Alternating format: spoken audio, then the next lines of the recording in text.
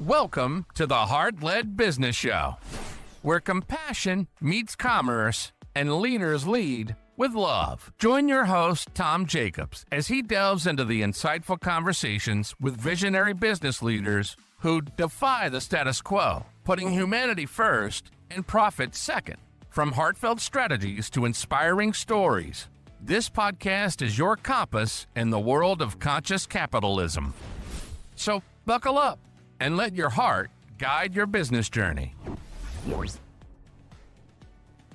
Ladies and gentlemen, welcome aboard the joyride of enlightenment as we invite a genuine gem of a guest to our grand heart-led business show. Lo and behold, Dr. Dolores Fazzino has our medical maestro and intuitive imparter, harnessing the symphony of the soul to heal the human huddle. Get ready for this daring dame's dancing dissertation on her heart-held business. It's going to be a rendezvous of radiance, resilience, and of course, rib-tickling revelations. Welcome to the show. Thanks, Tom. I love your introduction. It's very colorful. I might have to adapt that to mine. Just run it through ChatGPT, ask for good alliteration. Yes, ChatGPT is a real great tool. I do agree. I mean, you still have to do a little editing. Yeah, I know, but it's still a good, I'm enjoying it myself too. Well, awesome. Well, the first question I always like to ask our guests is, what's your definition of a heart-led business? Well, gosh, Tom, for me, I believe it is knowing yourself and aligning with who you are. Now, for me, it's like I really hold being and integrity very good value. And it's about, it's hard to put it into words, I guess. For me, I'm having a struggle with it because it's so unique to me and I really haven't even thought about it that much yet. I know that when I lead from my heart space and speak from my heart space and do things from my heart space, I am on the right path. And you can actually feel that inside in terms of excitement and actual physical representation of that. It's like doing the right thing and being in alignment with yourself. Yeah, absolutely. That alignment is a kind of common theme that I hear on the show because we have a lot of empaths and health and wellness practitioners that really are quite good givers. And having that alignment, it feels good. Right. So tell us a little bit about your business and what inspired you to start a heart-led business. Well, I think I've always been a heart-led type of person, even from, just stepping out of making my entrance into this world out of my mom's womb. And I have always been an empath, intuitive, and highly sensitive person. So as far as feeling and connecting with energy, that was, I would say, my lifeline, because that was how I was able to maneuver through the river of life, if you want to call it that, or the streams or whatever, because this was like the only innate thing that came with me. I didn't come with any other toolkit, if you want to call it that, or instruction manual on how to be here on earth, because it's like some of us it's daunting when we first are here. We're like, what the hell is this? And it's, how do I fit in? Because nobody told me about this. And it's just like, it's really it's an eye opener. So for me, I've been pretty much that way my whole entire life. And of course, we all go through our challenges when we're youngsters and we're born into families that are going to teach us and mold us into where we need to go as an adult. And sometimes we have to stifle who we truly are as a survival mechanism in order to get through our childhood until we're in young adulthood and we start unraveling all of that and really having a renaissance and coming back to home. So for me, I'm going to say that my whole life has been a journey to this point right now. And it is by aligning with what is near and dear to your heart, but also listening to that intuitive wisdom that we each have and learning to trust that more and more every day has been instrumental in that. So,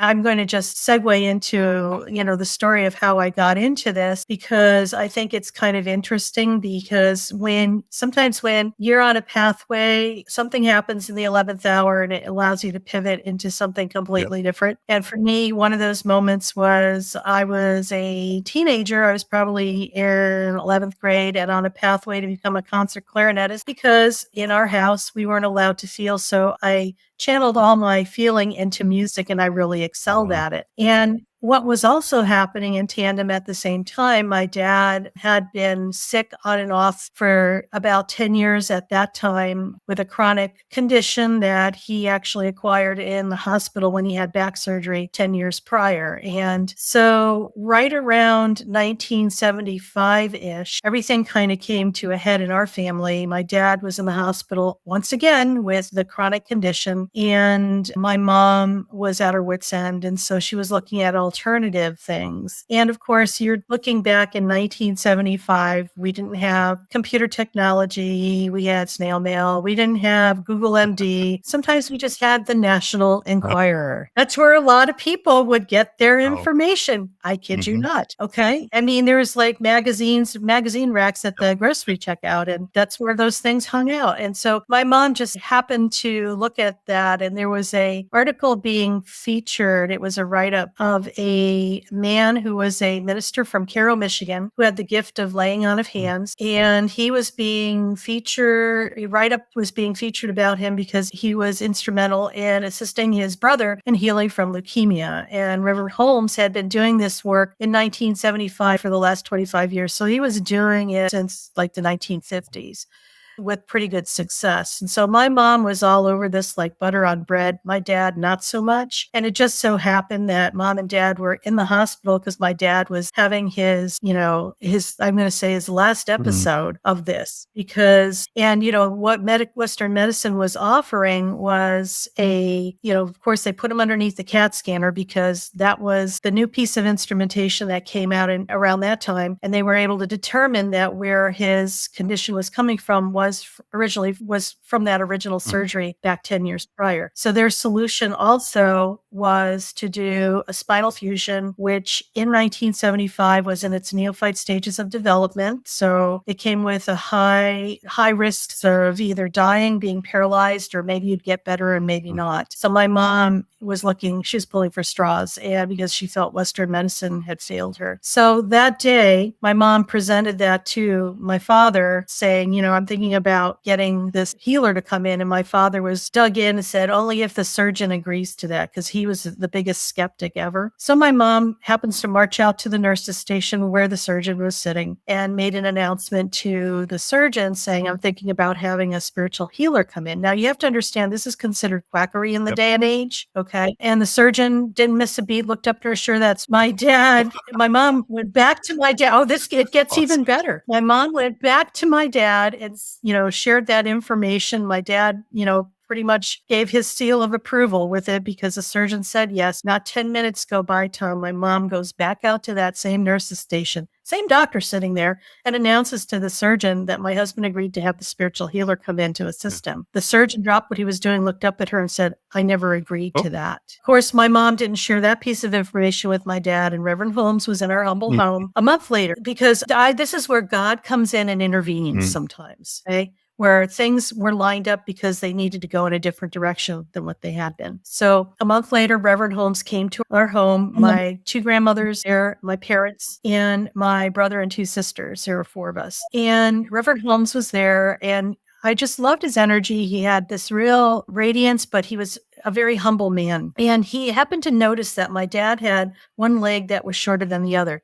Don't ask me how he knew this because we knew this, but my dad was barefoot. He was wearing lifts in his shoes, but his shoes were nowhere in sight and he was barefoot. I don't know how this man knew this, but he said to my father, put both of your feet up. And sure enough, there was a 1-inch gap between the shorter and the longer. And he said, put your legs down. And he started praying over my father. He touched his belly, the solar plexus, on the top of his head, his crown chakra. And not 3 minutes went by and he instructed my father to put both his feet up. And they were both the same length. My dad started bawling like a baby, like I never witnessed before. I knew in that moment that my life, I was not supposed to be going into music. I was supposed to be going into healthcare to bridge the physical with the spiritual and the visible with the invisible. Father received another half hour of work from Reverend Holmes, and then he was instructed to rest for the next day or so. My dad slept over 24 hours because what we know when we do massive energy work is that you are realigning, and I call it very similar to having a computer getting an upgraded program, and you have to reboot the computer so it realigns with the newer, higher vibration. That's pretty much what energy work is as well. Your body needs to recalibrate to a higher frequency. My dad slept for over 24 hours. A month later, he went back to get a repeat CAT scan. It showed no evidence where the infection was. He never had to have the surgery. He never had to revisit that problem in his lifetime. And he passed away about 12 years ago at the age of 80. Wow. So that was my pivotal point. And that was my, if you want to call it, initiation into the work that I do currently. And so being an empath, intuitive, and highly sensitive person, we operate on energy and feel and frequency because everything is energy and you could just roadmap it all out. So for me, with my work, it's been, I would say, an interesting journey because remember, back in the 70s, this was considered quackery. And so it's been interesting to witness the evolution of this going through the last 45, 50 years plus. Yes, I'm that old. And being able to thread this through Western medicine has been interesting as well because everywhere you go, here you are. So the intuitiveness was always with me wherever I went, and it would be eye-openers for a lot of people. And I think they would realize that there's other things going on than what we could put in a box and describe it with a nice little bow as evidence-based, because a lot of stuff that we know is true, we don't have the capability of measuring that right now. Okay. Well, It could be, some energy can be measured within the body, though, can it not? True. Very true. Like Calarian photography and stuff like that. You could look at that. And there's been stuff, and it's actually advancing more and more, but it still lags behind where we really are. Because I think what happens is that we know these things, and a lot of us have come in from other times and places in this lifetime to bring our tools and gifts to assist humanity and Earth in its ascension process and raising the vibration and frequency here. So there's things that a lot of people know that we just don't have that capability to measure yet. And quantum physics has been very assistive with that. That's like that whole new branch that opened the gateway for all of that to happen. So it's been awesome witnessing this. I'm still working in the clinical setting part-time, and as an assistant surgeon, I assist in surgical procedures, and I've been doing that, I would say, for the last 30 plus years of my career. And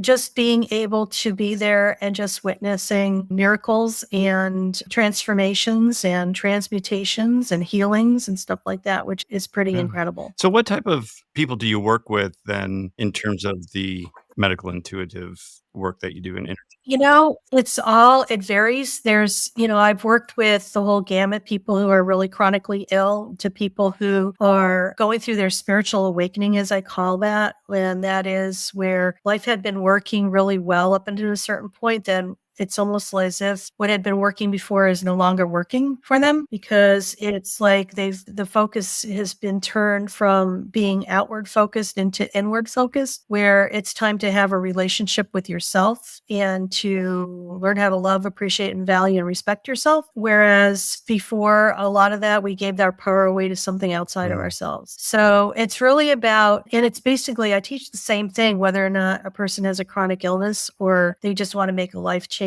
because it's basically the same. And so do you combine both Western medicine, because you are, you're a trained nurse practitioner as well. So do you combine the two modalities based on what the person's ultimate goal is?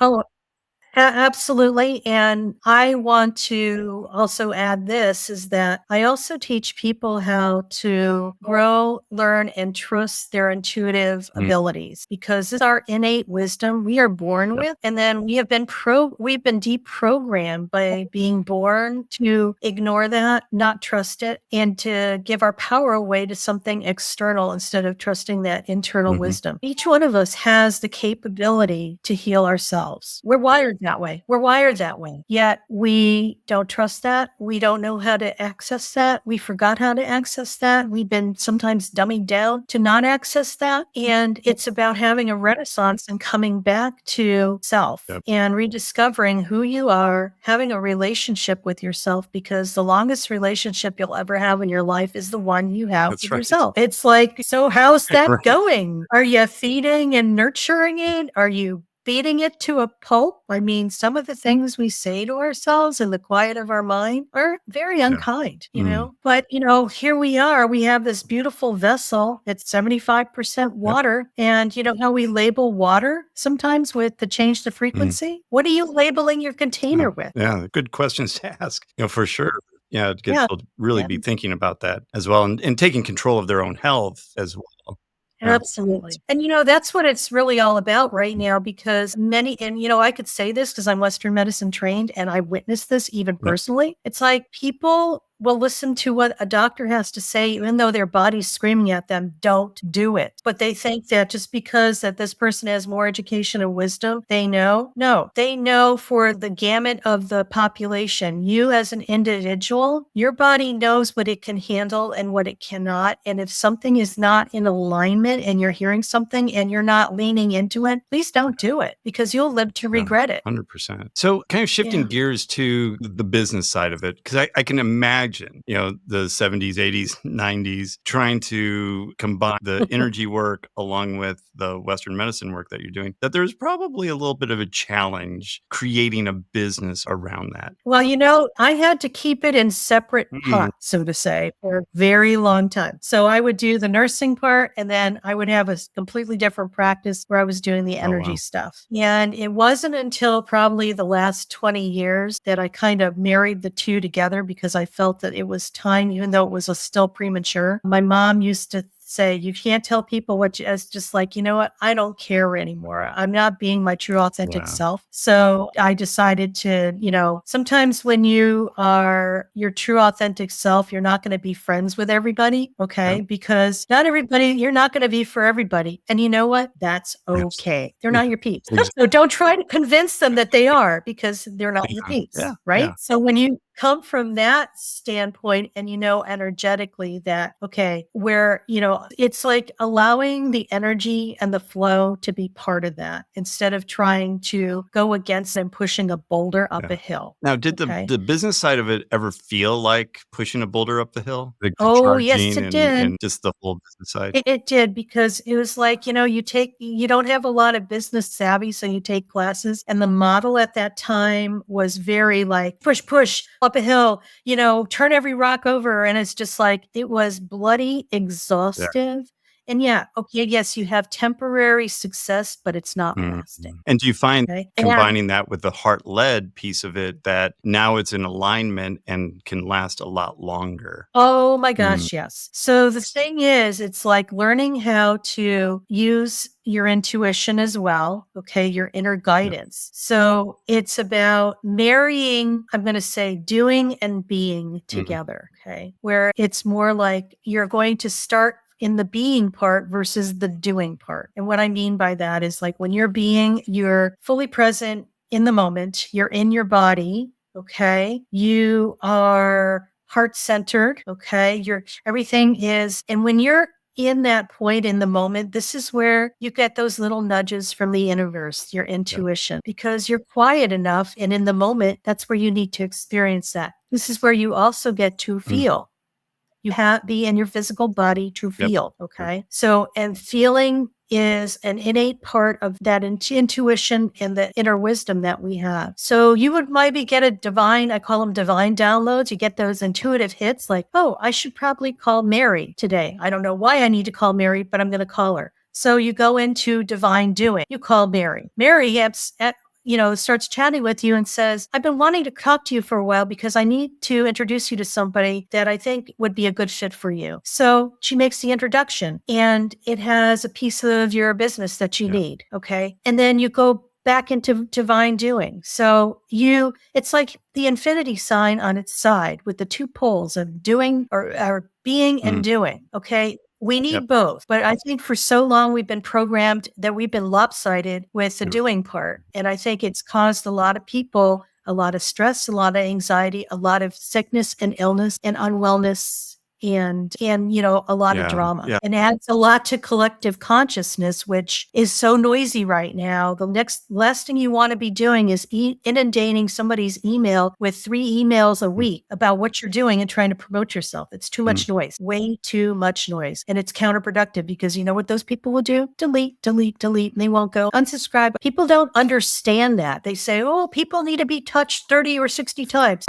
If I'm touched once and I'm not interested, bye-bye, you're out of here. Don't people understand that? No, they don't. So you need to go back to just being and allowing and receiving, because everything we need and want is there for us. The big picture is that it's vibrating at a higher frequency up here. You may be here. How do you access this? You work on yourself and raise your frequency so it matches that. Yeah, I've always found that, Case in like, when I'm busy doing that, it's very little actually gets done. And it's in those times of quiet meditation or going for a walk or just being outside of the office and what have you, that the inspiration comes or the opportunities are presented to us. And, I always think that the opportunities are always around us. It's just how in tune are we to actually notice those opportunities and accept those and go for it. Very true. It's a truth. It's a whole different way and modality of creating a business and just accessing it. Because I've had both experiences. In my 30s, I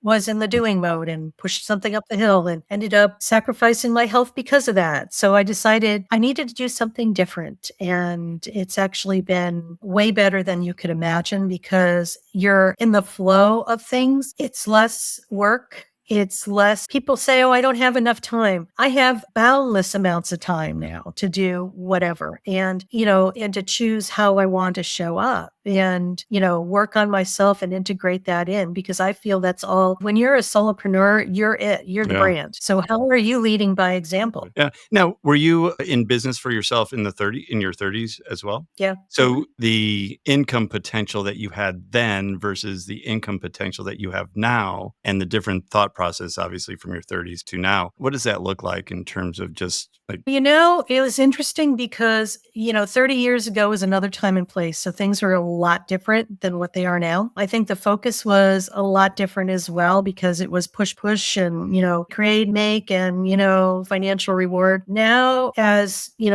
I've gotten wiser over the years and I'm much older, the priorities are a little different. It's about, for me, it's about making a difference in people's lives and teaching them tools that are going to allow them to thrive in uncharted times and a lot of uncertainty. And definitely now there's definitely a lot of uncertainty. And Oh my God, yeah. there it is, and so if you could become certain within yourself, it doesn't matter what's happening around you. So that's the key piece right there. So this has been just a fascinating conversation and just very interesting to me. And the dichotomy between kind of the Western medicine and the energy work that you're doing. I think that's really interesting, just how you've made a business out of it and done well doing that. So thanks for bringing that Thank information. you. How can people learn more about what you're doing and get in touch with you? Sure. Thanks, Tom. I could be reached through my website. My website is drdoloresfazzino.com. And you could just reach out to me at drdoloresfazzino.com. Now, if people come to my website, I have a free guided meditation to it allows people to stay in the present moment. It's a short 5-minute thing, but I think it's really essential because many of us are not in the present moment and have no clue of what that feels like to be in the present moment. So this will give you a taste of what that's like. Additionally, too, I also have a program called I'm Awake Now What? It's for people who have woken up because we have 3 waves of people who are awake, people who are awakening or waking up, and people who are still asleep. And there's a lot of people who are waking up right now because of circumstances in their lives that have kind of triggered them into that. Okay. Maybe life had been working well for them externally, and then all of a sudden the rug got pulled out from them. They either lost a job, lost a relationship. Things are changing and evolving, yet they know that, but they just don't know what to do. They feel alone. They're lost. So it's a membership community that offers support, resources. We have a monthly Zoom call and it's recorded, and it's a community as well. So it's for like-minded people who are going through some major challenges. Nice. Well, thanks for sharing that, and definitely for sharing your story today as well and for being on the show. I really appreciate it. Thank you. Appreciate it too. No worries. Thank you, listeners, for watching the show or listening to the show, depending on what platform you're on. I really appreciate it. And I know Dolores appreciates you as well. We're going to link up all those resources that Dolores has shared with you in the show notes. So make sure you're checking that out and take advantage of that meditation, that guided meditation for sure, that everybody needs to be present and slow down and get stuff done. And if you could do me a short little favor, and that would be just hit that little subscribe button and do a little rating and review of the show. That really helps kind of spread the word and helps people find the show and learn more about heart-led businesses like Dolores's. And until next time, lead with your heart. You've been listening to the Heart-Led Business Show, hosted by Tom Jackobs. Join us next time for another inspiring journey into the heart of business.